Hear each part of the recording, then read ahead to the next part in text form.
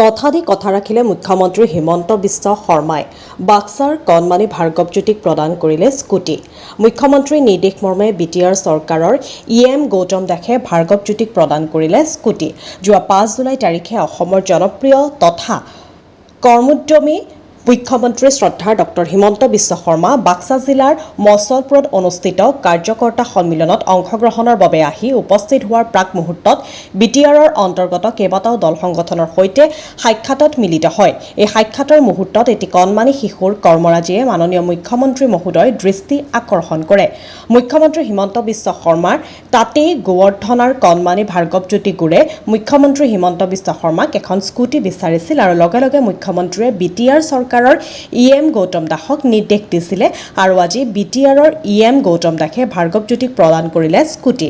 কণমানি ভাৰ্গৱজ্যোতি গুৰে সংবাদ মাধ্যমৰ আগত জনায় যে টাইকাণ্ডোত যাবলৈ মামাই মোক স্কুটি দিলে। মোৰ মনটো বহুত ভাল লাগিছে। আজি মুখ্যমন্ত্ৰী হিমন্ত বিশ্ব শৰ্মাৰ পৰা স্কুটি লাভ কৰি এতিয়া সুখী ভাগিন। স্কুটি লাভ কৰি মুখ্যমন্ত্ৰী ডক্টৰ হিমন্ত বিশ্ব শৰ্মা আৰু গৌতম দাসক জনালে ধন্যবাদ। হিমন্ত মই খুজিছিলা তুমি কি কৈছিলা?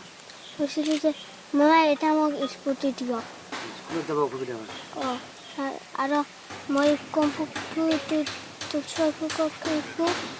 অসুবিধা হয় সেইকাৰণে। তুমি টাইকাণ্ডো ক'ত ক'ত খেলিছা?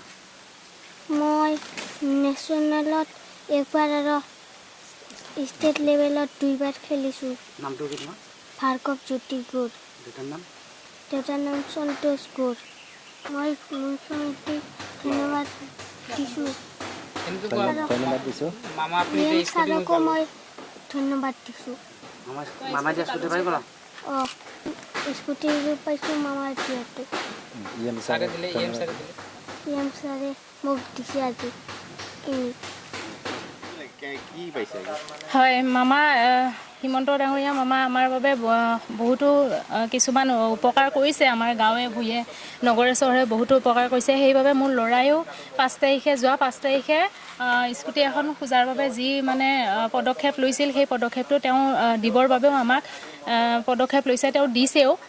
তেওঁ দিছে মানে ডাঙৰীয়াৰ জৰিয়তে আমি এই স্কুটিখন পাইছোঁ। আৰু আমাৰ ল'ৰাৰ এতিয়া কম্ফু শিকাতে টাইকাণ্ডো শিকাতে হওক বা ক্লাছ স্কুলতেই হওক, যিকোনো ক্ষেত্ৰতে হওক তেওঁ মানে বহুত আগৰণুৱা হ'ব। আমি আগুৱাই লৈ যাম আৰু তেওঁ মানে ভাল দিন সুনাম যাতে আৰু কঢ়িয়াই আনে এই জিলাখনৰ বাবে, সেইখিনি আশা কৰোঁ। তেওঁক ধন্যবাদ জনাইছোঁ। আমাৰ হিমন্ত মামা ডাঙৰীয়াক ধন্যবাদ জনাইছোঁ। তেওঁ যে মোৰ ল'ৰাটোৰ বাবে এইখিনি পদক্ষেপ গ্ৰহণ কৰিছে, সেয়ে অশেষ ধন্যবাদ জ্ঞাপন কৰিছোঁ। সাধাৰণ পৰিয়ালক কিন্তু যথেষ্ট বিভিন্ন সময়ত সহায় কৰি আহিছে, কি ক'ব? তেওঁ মানে সাধাৰণ পৰিয়ালক মানে কি, তেওঁ যদি কোনোবাই লগ ধৰিব পাৰিছে, যেনেকেই নহওক লগ ধৰিব যদি পাৰিছে, তেওঁ মানে মানা কৰা নাই। যিকোনো ক্ষেত্ৰতে হওক যেনেকৈ হওক সহায় কৰিছে। এইখিনিৰ কাৰণে আমি আনন্দিত হৈছোঁ। এইখিনি শুনা পাই আমি বহুত প্ৰফুল্লিত হওঁ, লগতে আমি আনন্দিতও হৈছোঁ, আমি যিহেতু সেইখিনি পাইছোঁ। সাধাৰণ মানুহৰ কাৰণে ভগৱান স্বৰূপ নেকি? হয়, তেওঁ সাধাৰণ মানুহৰ কাৰণে ভগৱান স্বৰূপ। কোনোবা বেমাৰী লৈ গ'লেই হওক বা কিবা লৈ গ'লেও বহু ধৰণৰ সহায় সহযোগিতা আগবঢ়ায় তেওঁ। মামাক কি ক'বা? মামাক মানে কি ধন্যবাদ জনাইছোঁ মামা। মোৰ ল'ৰাৰ পিনৰ পৰা, আমাৰ গোটেই ফেমিলিৰ পিনৰ পৰা ধন্যবাদ জনাইছোঁ মামা আপোনালৈ। যিহেতু ছাৰে প্ৰদান কৰিলে আজি। হয়, ছাৰে আমাক তেওঁ ছাৰকে দায়িত্বটো দিছিল। ছাৰে আমাক ছাৰ গৌতম দাস ডাঙৰীয়াই আমাক প্ৰদান কৰিছে। 5 তাৰিখে অসমৰ মাননীয় মুখ্যমন্ত্ৰী, যশস্বী মুখ্যমন্ত্ৰী ডক্টৰ হিমন্ত বিশ্ব শৰ্মা ডাঙৰীয়া বাস্কা জিলাৰ মছলপুৰত এক চৰকাৰী কাৰ্যসূচীলৈ আহিছিলে। তাৰপিছত তেখেতে আমাৰ দলীয় কাৰ্যসূচীত অংশগ্ৰহণ কৰিছিল জালাহত। দলীয় কাৰ্যসূচী অংশগ্ৰহণৰ পূৰ্বে বাস্কা জিলাৰ মছলপুৰৰ চাৰ্কিট হাউচত বিভিন্ন দল সংগঠনক তেখেতে সাক্ষাৎ কৰিছিলে, বিভিন্ন দল সংগঠনৰ সমস্যা লৈ আলোচনা কৰিছিলে। তেতিয়া আমাৰ মথনগুৰি সমষ্টিৰে ভোজপুৰী ছাত্ৰ সংগঠনৰ এজন যুৱক সন্তোষ গড় সমাজকৰ্মী, তেখেতে মুখ্যমন্ত্ৰীক লগ কৰিছিলে। তেখেতসকলৰ যি আবেদন জনাইছিলে ভোজপুৰী সংগঠনৰ পৰা, আৰু তেওঁ নিজেও ব্যক্তিগতভাৱে তেওঁৰ পুত্ৰ ভাৰ্গৱ গৌৰ আজি লগতে আছে আমাৰ। এই ভাৰ্গৱ গৌৰৰ মানে টাইকাণ্ডোৰ এজন ভাল তেওঁ মানে ছাত্ৰ, ৰাষ্ট্ৰীয় পৰ্যায়ত তেওঁ সুনাম অৰ্জন কৰিছে ভাৰ্গৱ গৌৰে। তেখেতৰ ঘৰ গোৱৰ্ধনা, গতিকে গোৱৰ্ধনাৰ পৰা টাইকাণ্ডো ক্লাছ কৰিব লাগিলে সৰ্বগত আহিব লাগে।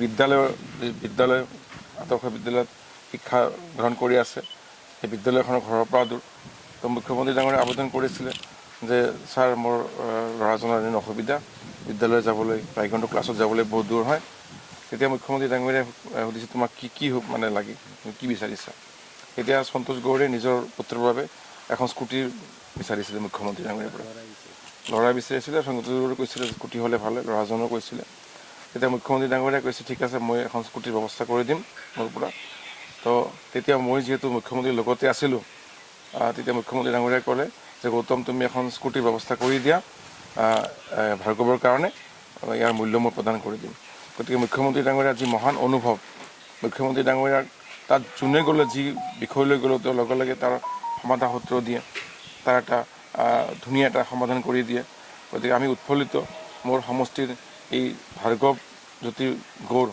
নামৰ এই ছাত্ৰজন শিশু ছাত্ৰজন বা এই যুৱকজনৰ কাৰণে কিশোৰজনৰ কাৰণে মুখ্যমন্ত্ৰী ডাঙৰীয়াই যি স্কুটিৰ এখন ব্যৱস্থা কৰি দিলে আৰু মই মাত্ৰ সহযোগিতাই কৰিছোঁ এই ক্ষেত্ৰত মুখ্যমন্ত্ৰী ডাঙৰীয়াৰ নিৰ্দেশত গতিকে ময়ো উৎফুল্লিত মুখ্যমন্ত্ৰী ডাঙৰীয়াই এনেকুৱা এটা নিৰ্দেশ প্ৰদান কৰাৰ কাৰণে মোলৈ আৰু সদায় আমি চিৰকৃতজ্ঞ তেখেতৰ এই যে মহান অনুভৱ সন্তোষ গৌড় তেওঁৰ পৰিয়ালো খুব উৎফুল্লিত হৈছে এই স্কুটিটো মুখ্যমন্ত্ৰী ডাঙৰীয়াৰ পৰা পোৱাৰ ক্ষেত্ৰত গতিকে আমি আটাইয়ে তেখেতক ধন্যবাদ জ্ঞাপন কৰিছোঁ তেখেতক শলাগিছোঁ